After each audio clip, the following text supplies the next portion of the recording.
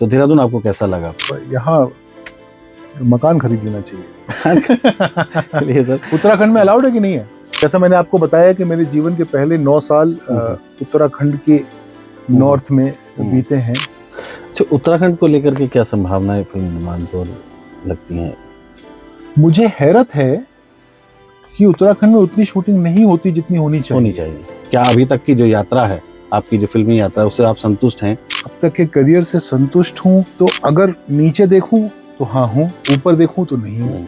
ऐसी फिल्में बनाने लग जाते हैं जो मतलब एक तरीके से समाज को आईना ही दिखाने वाली। इस तरफ कैसे एकदम झुका हुआ? चूंकि बॉलीवुड का टेस्ट वो नहीं था उस वक्त। एक न्यूज़ आइटम पढ़ा मैंने अखबार में और उससे मुल्क पैदा हुई। मुझे बतौर निर्देशक अपनी फिल्म में मैं खुद नजर आया। मैं आपको बोलूं कि सर उधर नीचे धूल है, तो आप बोलेंगे यार इतना सुंदर कमरा है, तुझे धूल दिखाई दे रही है। तो मेरा ये है कि बाकी तो सुंदर है ही ना, तो उसको भी साफ करते हैं। बिल्कुल। अभी आप एक यात्रा पे निकले हुए हैं कि आपने लखनऊ से यात्रा शुरू की है, उसके बाद भी फिर कोई एक ऐसी फिल्म देखने को मिलेगी? मैं जो कर रहा हूँ, ये जो यात्रा जिसको बोल लीजिए, इसमें कोई उद्देश्य नहीं है। नमस्कार, मैं हूँ रुद्रेश कुमार, आप देख रहे हैं अमर उजाला। आज हमारे साथ स्टूडियो में मौजूद हैं माया नगरी की एक ऐसी शख्सियत जिनका फिल्मी सफ़र लगभग 24 सालों से ज़्यादा का है। जब 24 साल पहले जब एक फिल्म आई तुम बिन, उस वक़्त कुछ जो उस की कहानियाँ थी, उसकी जो डायलॉग थे, उसके जो गाने थे, वो उस वक़्त युवाओं के सर चढ़ करके बोलते थे। और फिल्म की कहानी उसने दिखाया, उस फिल्म ने दिखाया कि ऐसी फिल्में भी जो है बन सकती हैं, किस तरह का उस फिल्म का प्लॉट था, क्या था।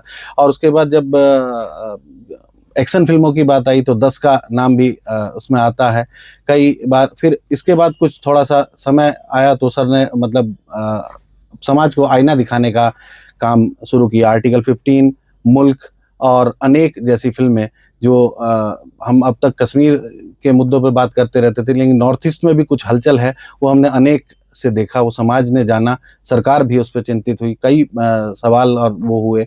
और तापसी पन्नू को लेकर के आपने फिल्म जो बनाई थप्पड़, वो भी एक अलग ही कहानी थी, एक अलग ही उसमें बात थी। तो स्वागत करते हैं हम डायरेक्टर, निर्माता, लेखक श्री अनुभव सिन्हा जी। स्वागत है सर आपका स्टूडियो में। नमस्कार। तो हम यही है सर, आपका जैसे आपकी फिल्मी जो सफ़र है वो किस तरह से जो है शुरुआत हुई उसकी, और कैसे आप यहाँ पे आए? सबसे पहला सवाल तो यही है कि फिल्मों की तरफ आपका किस तरह से रुझान हुआ, और क्या अभी तक की जो यात्रा है, आपकी जो फिल्मी यात्रा, उससे आप संतुष्ट हैं? कैसा आपका अनुभव रहा? यात्रा की शुरुआत तो संयोग है जी। यात्रा की शुरुआत यहाँ से शुरू होती है कि जो मैं कर रहा हूँ वो मुझे नहीं करना है। अब मैं ढूंढूंगा मुझे क्या करना है। तब मैं 24 साल का था जी। तो मैंने छोड़ दी इंजीनियरिंग की नौकरी, दिल्ली में था मैं।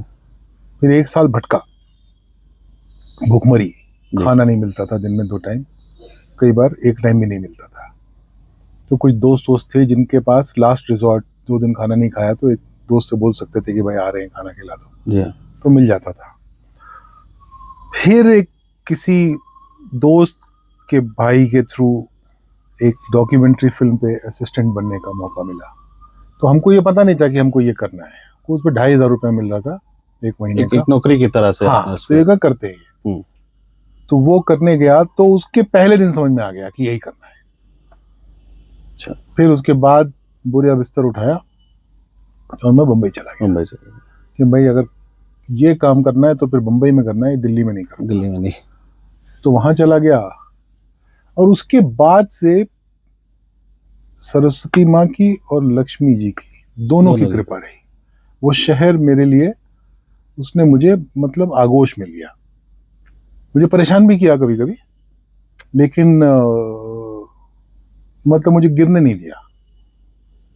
तो वो एक है। और रहा सवाल ये कि मैं अपने अब तक के करियर से संतुष्ट हूं, तो अगर नीचे देखूं तो हाँ हूं, ऊपर देखूं तो नहीं हूं। तो दिन में 12 घंटे आदमी नीचे देखता है, 12 घंटे ऊपर देखता है। याद। तो ये पशोपेश की स्थिति बनी रहनी चाहिए। तो आदमी मेहनत करता है, अगर ऊपर नहीं देखेगा तो मेहनत नहीं करेगा, और नीचे नहीं देखेगा तो मतलब वो शुक्राना नहीं होगा, शुक्रिया भी नहीं अदा करेगा। कि जो कुछ प्रकृति ने मुझे दिया वो बहुत बड़ी बात है। तो सर एक थोड़ा सा ये है कि आपका जो सफर, जैसे आपकी फिल्म तुम बिन 2001 में आई, उसकी कहानी, उसके गाने, गजल फैज अनवर की उस वक्त वो हर जुबान पे जो है युवाओं की थी, तो उसकी कहानी आपको किस तरह से मिली, कैसे, मतलब चूंकि एक सीधी सच्ची कोई प्रेम कहानी होती है, कोई कहीं भटक गया, कोई कैसे, उसमें एक कहानी भी थी, एक छुपा हुआ वो भी था कि उसको पता है कि मैंने टक्कर मार दी, जो उसकी कहानी थी, मतलब वो किस तरह से जो है मतलब आपको? वो सब गणित था एक्चुअली। हम्म। 96-97 में मोबाइल फोन आए थे जी हाँ। हमारे हाथ में, तो बड़ा अजीब नया खिलौना था, तो उसको लेके तरह तरह की कल्पनाएं होती थी। क्या नहीं यार, यहाँ से डायल करते हैं, साला अमेरिका में फोन बज जाता है, ये होता कैसे है? तो उसके बारे में बहुत बहुत सारी कल्पनाएं होती थी। और एक दिन मेरे दिमाग में एक ऐसी घटना आई कि अगर मेरे हाथ से कोई एक्सीडेंट हो जाए और उस आदमी का फोन बजने लगे तो क्या मैं वो फोन उठाऊंगा? बस वो एक सीन दिमाग में आया कि आपके हाथ से कोई एक्सीडेंट हो गया, सिर्फ आप हैं और आपका गुनाह है, और बीच में एक फोन है जो बज रहा है उस आदमी का, तो आप क्या करेंगे? ये एक आइडिया था, ये रखा हुआ था, मुझे समझ नहीं आया, मुझे लगता था इसका थ्रिलर बनेगा। और इस बीच में एक दिन भूषण कुमार के लिए मैं वीडियोस बनाते रहता था बहुत सारे, तो वो कुछ 4-5 वीडियो मेरे लाइन से हिट हो गए। तो एक दिन उन्होंने खुशी में बोला, वो दिल्ली में थे, मैं बम्बई में उन्हीं के वीडियो की शूटिंग कर रहा था, बोले पिक्चर बनाओगे? मैंने कहा हाँ, इसीलिए तो आया था बम्बई। तो उन्होंने कहा ठीक है मैं आता हूँ, कोई कहानी है? तो मैंने कहा है, ये वाली कहानी का क था मेरे पास, तो कहानी भी नहीं थी, क था। तो मैंने कहा हाँ है, तो मैं परसों आ रहा हूँ, तो हम लोग खाना खाते हैं साथ में। मैंने कहा ठीक है। हम लोग ऊपर नीचे रहते थे, तो मैंने कहा लेकिन 7-8 गाने डाल देना उसमें। तो अब एक ये कल्पना थी, फिल्म बनाने की ख्वाहिश थी, एक प्रोड्यूसर तैयार था जो मुझ में विश्वास कर रहा था, वो 8 गाने मांग रहा था। अच्छा। बस, वो और कुछ नहीं मांग रहा था। तो 1.5 दिन में उसका ताना बाना लव स्टोरी का बुन दिया गया, जिसमें गाने होंगे। तो अचानक वो थ्रिलर से लव स्टोरी बन गई। लव स्टोरी बन गई, थ्रिलर से लव स्टोरी जो है तुम बिन जो है, मतलब अच्छा, जैसे तुम बिन आई, फिर उसके बाद एक्शन, फिर उसके बाद आपका मल्टी स्टारर फिल्म ये 10 थी, और सुपर हीरो एक आपने जो रावण शाहरुख खान साहब को लेकर के बनाई है। उसके बाद एकदम से एक पॉज आता है 7-8 साल का, उसके बाद आप ऐसी फिल्में बनाने लग जाते हैं जो मतलब एक तरीके से समाज को आईना ही दिखाने वाली है। जातिवाद, मैंने कहीं पढ़ा भी था, सुना था आपके उसमें कि आपने अम्बेडकर साहब को पढ़ा, तो आपने जो है आर्टिकल 15 के बारे में रिसर्च करते हुए जो है पढ़ा। मुल्क उससे पहले आ गई थी, उसके बाद अनेक। तो ये कैसी इस तरफ कैसे एकदम झुका हुआ? चूंकि बॉलीवुड का टेस्ट वो नहीं था उस वक्त तक, इतना समय समय पे आती थी, लेकिन आपने बार बार दी फिल्में। वो शायद मैं बताऊं, ये पूरी यात्रा जो है ना, तुम बिन, 10, रावण, जो आपने करेक्ट माइलस्टोन्स पे हाथ रखा। रावण, आज रावण लोग सम्मान से बात करते हैं, लेकिन जब वो रिलीज हुई थी तो उसके बारे में सम्मान से बात नहीं होती। जी हाँ। तो मेरी कमर टूट गई थी, उन्होंने 6 साल बहुत मेहनत की थी मैंने, कमर टूट गई थी, पैसे से टूट गया था, और इस कगार पे था कि शायद मैं डायरेक्टर हूं ही नहीं। और उस कगार पे कहानी, एक न्यूज आइटम पढ़ा मैंने अखबार में, और उससे मुल्क पैदा हुई। और फिर तमाम मुश्किलों के बावजूद वो बनाई गई, और बनने के बाद वो सराही गई, लोगों को पसंद आई। लेकिन पहली बार मुझे बतौर निर्देशक अपनी फिल्म में मैं खुद नजर आया कि ये मेरा व्यक्तित्व है। तो अगर आप इस नजरिए से देखें कि वो मेरा व्यक्तित्व है, तो पिछली मेरी इन बाकी 3 फिल्मों का जिनका आपने जिक्र किया, उसमें मेरा व्यक्तित्व नहीं है। बिल्कुल। वो उसमें मुझे बहुत मजा आया। तो दिल का अपने काम से कनेक्शन डिस्कवर हुआ मुझे मुल्क में, कि दिल की बात करो। तो उसके बाद से मैं दिल की बात कर रहा हूँ। मुझे जो चीज के बारे में बहुत स्ट्रांगली फील करता हूँ कि इस बारे में मुझे बात करनी चाहिए, वो तमाम उस संशय के बावजूद कि कभी कभी क्या होता है, इतना खूबसूरत कमरा है बिल्कुल। और मैं आपको बोलूं कि सर उधर नीचे धूल है, हम्म। तो आप बोलेंगे यार इतना सुंदर कमरा है, तुझे धूल दिखाई दे रही है। तो मेरा ये है कि बाकी तो सुंदर है ही ना, तो उसको भी साफ करते हैं। बिल्कुल। तो कभी कभी लोगों को वो नहीं पसंद आती है बात की, बोले तुम सुंदर देखो, तुमने कहा आप सुंदर देखिए। कुछ लोगों को सुंदरता को भी अप्रिशिएट करना चाहिए, बिल्कुल सही बात है, बिल्कुल। और कुछ लोगों को धूल भी साफ धूल करनी भी चाहिए। साफ करनी चाहिए। तो वो एक संशय हमेशा रहता है। लेकिन मैं क्या करूं, मुझे धूल दिखाई देती है, बिल्कुल। और मुझे लगता है कि ये धूल साफ करेंगे तो और कमाल हो जाएगा। यही इसी उधेड़बुन में आप नॉर्थ ईस्ट को भी हाँ, दिखाने मतलब पहुंच गए थे, मतलब जो है मुझे पूरा। ऐसा लगता है कि क्योंकि हमने कश्मीर तो सबने सुना ही है और पढ़ा भी है, देखा भी है, लेकिन नॉर्थ ईस्ट को इतनी बारीकी से आपने जो वो सब कश्मीर चीजें- की बातचीत वो अक्सर हिंदू मुसलमान की बातचीत बातचीत रहती होती है, है। बिल्कुल। जबकि अगर कश्मीर पढ़ा जाएगा तो वो उससे ज्यादा है। बिल्कुल उससे ज्यादा है। तो मैंने पढ़ा कश्मीर, काफी कुछ पढ़ा, हम्म। और मैंने सोचा भी था कि फिल्म बनाऊंगा, लेकिन फिर मुझे लगा कि नहीं, वो मुश्किल है अभी फिलहाल तो। तो नॉर्थ ईस्ट के बारे में मुझे ऐसा लगता था कि हम उनको ऐसे, जब वो गोल्ड मेडल जीत के आ जाते हैं तो हम उनको सर पे बिठा लेते हैं, बाकी टाइम हम उनको भूल जाते हैं, दोयम दर्जे का नागरिक समझ के देखते रहते हैं। तो मैंने सोचा इस पर बातचीत होनी चाहिए, इसलिए मैंने बनाई वो फिल्म। हालांकि वो पसंद, मतलब लोगों को मजा नहीं आया असल में। मैं तो अच्छी लगी, मैं तो बढ़िया। हाँ, उसका वो जो जो है- लोग वो उस राजनीति, वो तो एक्चुअली शायद थोड़ी ज्यादा राजनीतिक हो भी गई थी फिल्म वो। आम आदमी की समझदारी से बाहर, बाहर इसलिए आप गए। पत्रकार हैं, आपको बिल्कुल, हाँ आपको बिल्कुल, समझ में आई बात। बिल्कुल। तो हर आदमी को इतना अवेयरनेस नहीं होता ना, पॉलिटिकल, जियो पॉलिटिकल अवेयरनेस। अच्छा, जैसे फिल्म निर्माण की बात लें, एक्टर्स की बात करें, तो जैसे थिएटर आर्टिस्ट हैं आपका, जैसे मनोज पावा, कुमुद मिश्रा, ये आपकी लगभग लगभग सभी फिल्मों में जो अभी आजकल की हाल की जो वो हैं दिखाई देते हैं, और जो आयुष्मान खुराना बड़े अच्छे एक्टर हैं। तो जो पहले स्थायित्व पा चुके एक्टर थे, जिनके बारे में कहा जाता है, तो पहले ये होता था कि भाई राजेश खन्ना साहब को लेना है तो समझ लो फिल्म हिट होगी, कोई अमिताभ बच्चन को लेना, फिल्म हिट हो गई। तो ऐसे एस्टेब्लिश्ड आर्टिस्ट को साथ लेकर के फिल्म बनाना आसान है, या फिर इन जो अपने जो जैसे मनोज पावा और जो है, ये भी एस्टेब्लिश्ड हैं, लेकिन मतलब जो थिएटर आर्टिस्ट और वैसे उसमें क्या अंतर है, मतलब जो मतलब एक ब्रांड है एक एक तरीके से जो सबसे है। बड़ा तो अंतर ये है कि जब आप किसी एक बड़े स्टार के साथ फिल्म बनाते हैं ना, तो उसके इतिहास को लेकर के एक अपेक्षा होती है फिल्म से, कि अगर आप सलमान खान के साथ एक ऐसी होगी, थोड़ा एक्शन होगा, थोड़ा गाना बजाना होगा, जी हाँ, थोड़ा जी सा हाँ, जी हाँ, रोमांस भी जी हाँ, होगा, जी हाँ। और आप सडनली आप सलमान के साथ एक पॉलिटिकल फिल्म बनाएं, तो वो ऐसा होता है कि ये क्या हो गया। हाँ, तो जो स्टार की से ऑडियंस की अपेक्षा है, उससे एक लड़ाई होती है, तो वो एक मुश्किल काम होता है। और फिर क्या होता है कि जब फिल्म ना कभी भी निर्देशक से बड़ी नहीं होनी चाहिए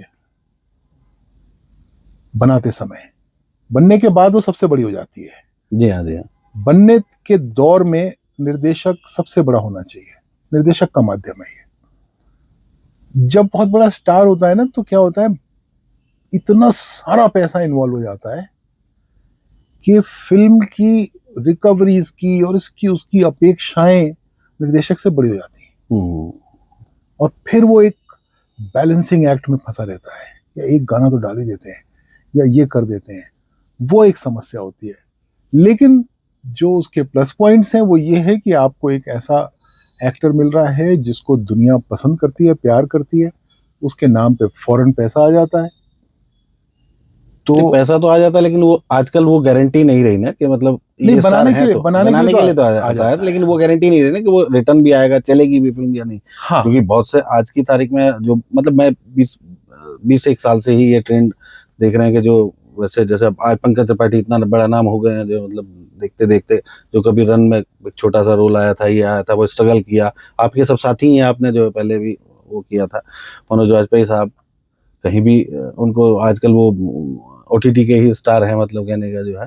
तो वो वाली गारंटी तो उनके साथ भी नहीं रही, जो बड़े बड़े लोग हैं। और कई बार इस तरीके की है, जैसे अभी स्टैब्लिश हुआ एकदम जो है, उसने फिल्म में चल गई फिल्म, जो है बड़ी बड़ी फिल्में बन गई जो है। एक जो किरदार है इस पूरे प्रोसेस का, हम उसकी बात नहीं कर रहे हैं, वो है दर्शक। दर्शक, वो सबसे ताकतवर किरदार है। जी हाँ। वो तय करता है कि कैसी फिल्म बनेगी। और ये बहुत जरूरी बात है कि उस दर्शक को सुना जाए। और दर्शक को हो सकता है सही शब्द नहीं मालूम हो, लेकिन उसको थोड़ा देर तक थोड़ी गौर से सुनेंगे तो उसकी बात सुनाई देगी, उसकी बात समझ में आएगी। अभी आप एक यात्रा पे निकले हुए हैं तो वो यात्रा के बाद जब ये यात्रा पूरी होगी, आपने लखनऊ से यात्रा शुरू की है जो है, उसके बाद जब उसके बाद भी फिर कोई एक ऐसी फिल्म देखने को मिलेगी जैसा एक नया कुछ, जैसी फिल्में अभी आप काम कर ही रहे हैं, जो आपकी फिल्में आई हैं, एक नया कुछ? मुझे मेरी ऐसी आशा अपेक्षा दोनों है कि मैं जो कर रहा हूं, ये जो यात्रा जिसको बोल लीजिए, इसमें कोई उद्देश्य नहीं है, लेकिन क्या है कि मेरा ऐसा मानना है कि मैं अपनी बात कर रहा हूं सिर्फ, कि मैं कट गया हूं। वो क्या होता है ना, सफलता का एक कवच होता है, तो उस कवच में बहुत कंफर्टेबल रहता है मामला। और आपके ऊपर, आपके मन में एक ये भी गुरूर रहता है कि मैं तो छोटे शहर का हूं, मैं छोटा शहर समझता हूँ, मैं मेरा देश जानता हूँ। आप क्या जानते हैं? आप बंबई के, आप पाली हिल के, आपको नहीं मालूम, हमको मालूम है। पर सच ये है कि आपको भी नहीं मालूम है। बिल्कुल सही बात। और इसलिए नहीं मालूम है कि जो बनारस आप जानते थे वो 1988, 89, 90, 91, 92 तक था। उसके बाद तो देश बदला है बड़ी तेजी से। 1990 के बाद देश मतलब बहुत बदले, बहुत तेज बदला, बहुत तेजी से बदला, जो अपना इकोनॉमिक लिबरलाइजेशन हुआ है उसके बाद। तो मैंने अपने उस अहंकार को तोड़ने के लिए ये सोचा कि मुझे रियलाइज हो गया कि ये अहंकार झूठा है, मुझे कुछ नहीं पता है, अंदर से जानूंगा जो। हाँ, तो क्या करूं? आप कोई किताब नहीं पढ़ सकते इस पर, कुछ नहीं कर सकते। नहीं, ये तो अनुभव की चीज है, अनुभव की चीज है। तो मैंने का अनुभव करना है तो जाना पड़ेगा। तो मैं सोचा मैं जाता हूँ, मैं मिलता हूँ लोगों से, और जो मुझसे मिलना चाहे उससे मैं मिलूंगा। मैं थिएटर में जाता हूँ, कौन लोग फिल्म देख रहे हैं, क्या देख रहे हैं।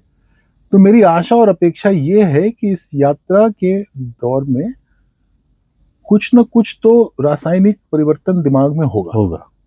मुझे पता नहीं है वो क्या होगा, और अगर दिमाग में रासायनिक परिवर्तन हुआ तो उसका असर काम पे भी पड़ेगा। तो लेकिन वो क्या है मुझे अभी नहीं पता है। अभी तो मैं शुरू हुआ हूँ, अभी तो शायद मैं 5वें 6ठे शहर में हूँ। अभी मुझे 25 शहरों में और जाना है, 25-30 शहरों में और जाना है। तो मिलूंगा, वहाँ के यूथ से मिलूंगा, आप लोगों से मिलूंगा, सिनेमा हॉल जाऊंगा, और एज अ बोनस लोकल खाना खाऊंगा। जैसे आज बेहतरीन खाना खाया पहाड़ी मैंने, इतने प्यार से महिला ने, एक छोटी सी इतनी क्वेंट सी एक जगह में मुझे पहचाना भी और मुझे खाना खिलाया। और मैंने पूछ लिया उनको, मैंने उनको पकड़ लेता हूँ, तो सही बताया उन्होंने मैं कौन हूँ। तो बड़ा मजा आया। फिर पता चला कि उड़द की दाल से दीवारें भी बनती थी यहाँ पे। हाँ बिल्कुल। तो मैं तो पागल ही हो गया था। उड़द की दाल चूना मिला करके, हाँ, सब पूरा जो है। तो बस यूँ निकले। कल सुबह देहरादून से निकल जाऊंगा, फिर हरिद्वार चला जाऊंगा, फिर कहीं कुछ ऐसा एक मैप बना हुआ है, कुछ 2-2.5 हज़ार किलोमीटर की यात्रा है। अच्छा। इस खंड में अभी ऐसे कम से कम 2-3 खंड और होंगे। अच्छा, उत्तराखंड को लेकर के क्या संभावनाएं फिल्म निर्माण को लगती हैं? मुझे हैरत है कि उत्तराखंड में उतनी शूटिंग नहीं होती जितनी होनी चाहिए। मुझे पता नहीं क्यों। मैं तो चूंकि यूपी बिहार उस इलाके को बेहतर समझता हूँ, तो मेरी कहानियां सहज रूप से वहीं चली जाती हैं। तो और चूंकि मैं रियल फिल्में बनाता हूँ, सामाजिक फिल्में बनाता हूँ, तो फिर मुझे उस समाज को समझने की जरूरत होगी। यहाँ मुझे समझदारी नहीं है। तो लेकिन अगर सिर्फ हम इस बात की बात करें कि उत्तराखंड का विजुअल कैरेक्टर वो इतना अद्भुत है। आपके पीछे जो फोटो लगी है, ये जो फोटो है, ये मतलब थोड़ी सी सड़क साफ कर दी जाए तो स्विट्जरलैंड बता देगा कोई भी। सही बात है। तो यहाँ पर हम इतनी फिल्में क्यों नहीं शूट कर रहे हैं मुझे मालूम नहीं है। थोड़ा सा शायद इंफ्रास्ट्रक्चर क्रिएट करने की जरूरत है। मैंने सुना था सरकारों ने कुछ नीति बनी है, सब्सिडी और ये सब चीजें। सर वो नीतियां क्या होता है ना, वो उन नीतियों में एक समस्या है, और सिर्फ यहाँ नहीं, वो जितनी भी देश भर में जितनी नीतियां ये बन रही हैं, मैं सब लोगों से मिला हूँ, ब्यूरोक्रेसी की जो अंडरस्टैंडिंग होती है ना फिल्म बिजनेस की, वो बहुत अलग है फिल्म बिजनेस से। फिल्म बिजनेस बहुत यूनिक बिजनेस है, बिल्कुल, बहुत ही अलग कैरेक्टर है इसका। तो हम लोगों की बातचीत नहीं होती है, हम लोग बैठते नहीं कि आप हमें, और हमें भी नहीं, हमें ब्यूरोक्रेसी नहीं समझ में आती। बिल्कुल, तो क्या बकवास कर रहे हैं यार, हमको यहाँ शूटिंग करना करने दीजिए ना भाई। वो नहीं दे सकते, प्रॉब्लम है, समझना पड़ेगा, बात करनी पड़ेगी। We don't talk to each other. I think there's a need for the industry and for the bureaucracy to sit down and figure each other out. और ये मैं जनरली पूरे हिंदुस्तान में जितनी फिल्म नीतियां बन रही हैं उसके बारे में बात कर रहा हूँ। मेरे को नहीं लगता, और आज से नहीं, जब से भी बन रही है, उसका कोई धरातल पे नहीं चमकती नहीं है, कोई फायदा, उससे बहुत ज्यादा फायदा नहीं होता। ठीक है, किसी को 2-4 करोड़ रुपए सब्सिडी आ गई, किसी को नहीं आई, वो ठीक है, वो उतनी बड़ी बात नहीं है। सब्सिडी उतनी बड़ी बात नहीं है, इंफ्रास्ट्रक्चर बड़ी बात। एक चीज मैं महसूस करता हूँ कि हर एक को, कई बार आपके सामने बात भी आई होगी कि आजकल की फिल्मों में बहुत सालों से मतलब गांव दिखने बंद हो गए, जो रियल गांव है, मतलब जो रियल गांव की कहानियां हैं। पहले तो चलो ये था कि वो कोई काल्पनिक गांव गढ़ लिया या क्या कर लिया, जैसे भी, जैसे अब पंचायत सीरीज जो आई है वो लोगों ने इतनी पसंद की है, यानी चाहते हैं वो भी कि फिल्में भी अगर 2 घंटे, ये 4 घंटे हमने यहाँ देखे, एपिसोड देखे, 416 घंटे हमने इसमें देख लिए, तो एक फिल्म 1.5 घंटा 2 घंटा वो गांव से इसी तरीके का कुछ कनेक्शन हो, क्योंकि 70% जनता तो अभी भी गांव में ही है, शहर में तो है नहीं है। तो गांव को लेकर के कितना कुछ काम करने की वो है गांव का जो। ये बड़ा लंबा जवाब है सर इसका, पर फिलहाल के लिए सिर्फ इतना बोल दूं तो शायद आप अप्रिशिएट करेंगे उसको। बंबई में रहने वाला जितना फिल्म मेकर है ना, वो माइग्रेंट है। यस, इसी तो वो अपने गांव से उसका अम्बिलिकल कॉर्ड टूट चुका है। और जो गांव में बैठा लेखक है वो कमाल है, लिख ही रहे हैं ना, लिख रहे हैं, उदय जी भी लिख रहे हैं, सब लोग लिख रहे हैं, बहुत अच्छी अच्छी कहानियां लिखी जा रही हैं। लेकिन वो सिर्फ कहानी से नहीं होगा, एक सिनेमा की जो राइटिंग है, जिसको स्क्रीन राइटिंग बोलते हैं, वो एक बहुत साइंटिफिक आर्ट है। उसके लिए पूरे हिंदुस्तान में एक भी इंस्टीट्यूट नहीं है।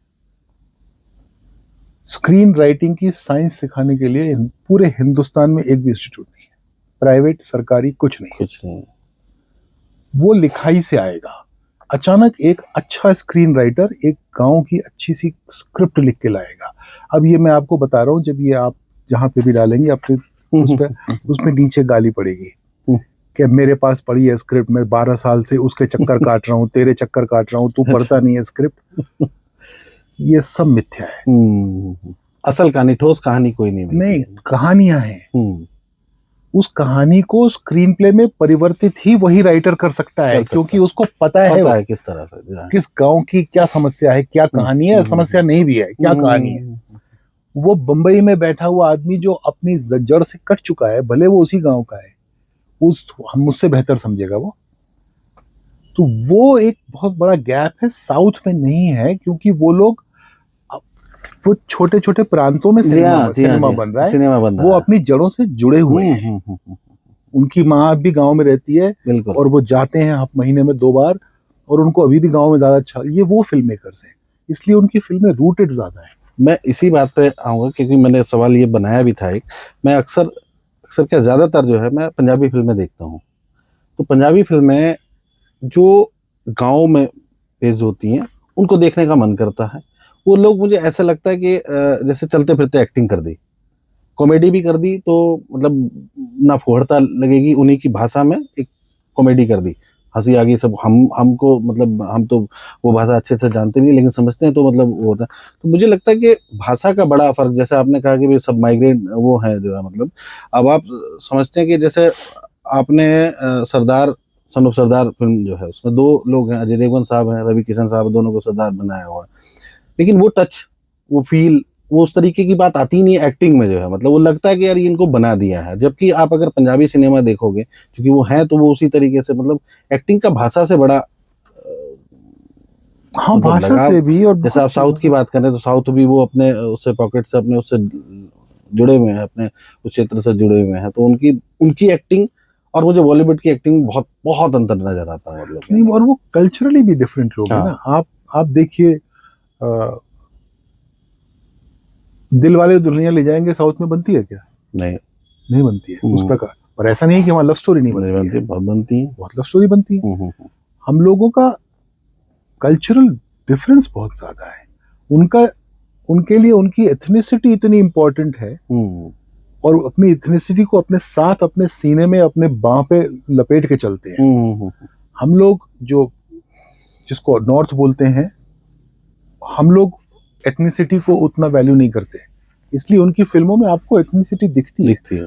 इसलिए उसमें उनकी जड़ दिखती है, जमीन दिखती है, और वो आपस में बात अपनी भाषा में करते हैं। अगर आप मेरा ऐसा विश्वास है, मैं बहुत ज्यादा लोगों को जानता नहीं हूँ, लेकिन मुझे लगता है कि कैमरामैन और एक्टर जब बात करते होंगे तो वो तमिल में बात करते होंगे, बिल्कुल, या मलयालम में बात करते होंगे। तो वो एक बहुत बड़ा फर्क है। और ये सिर्फ व्यक्तिगत फर्क नहीं है, ये सच है कि बम्बई एक मेट्रोपॉलिटन सिटी है।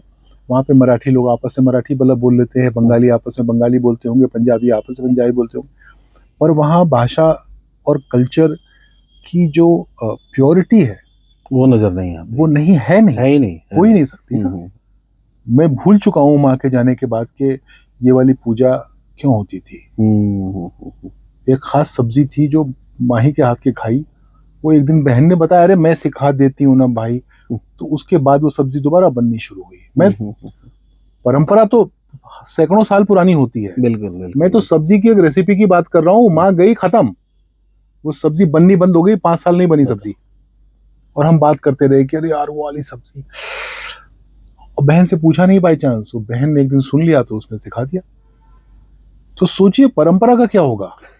मैं उसी चीज को, जैसे पंजाबी बहुत छोटा सिनेमा, आप जानते ही है, मतलब मेरे ख्याल से तो अगर गिनती के गिने तो 40-50 एक्टर उसमें उनमें होंगे जो एक दूसरी फिल्मों में सब में आते रहते हैं। वो जो है मतलब किसी भी रोल में जाओ, गाँव और उसी तरीके रिचुअल, शादी के रिचुअल वो एक एक इस तरीके से दिखाते हैं, पूरा वही बोली पाना, वही करना, ये करना, वो करना, सब पूरा जो है उस तरीके से, वो हटे ही नहीं अपनी रूट से। जो है वही लोग अगर कनाडा का कोई प्लॉट है या कहीं किसी और की कहीं और जगह कोई फिल्म आ रहे, वो देखने का मन नहीं करता sir. Most of the Hindi speaking belt जो है वो एथनिसिटी से ज्यादा एथनिसिटी की हिंदी क्या हुई, जो परंपरागत नहीं, उसका एक्चुअली जो भी हो, एथनिसिटी नहीं, एथनिसिटी की एथनिक आइडेंटिटी से ज्यादा जो लार्जली जो हिंदी बेल्ट है वो रिलीजियस आइडेंटिटी, कास्ट आइडेंटिटी में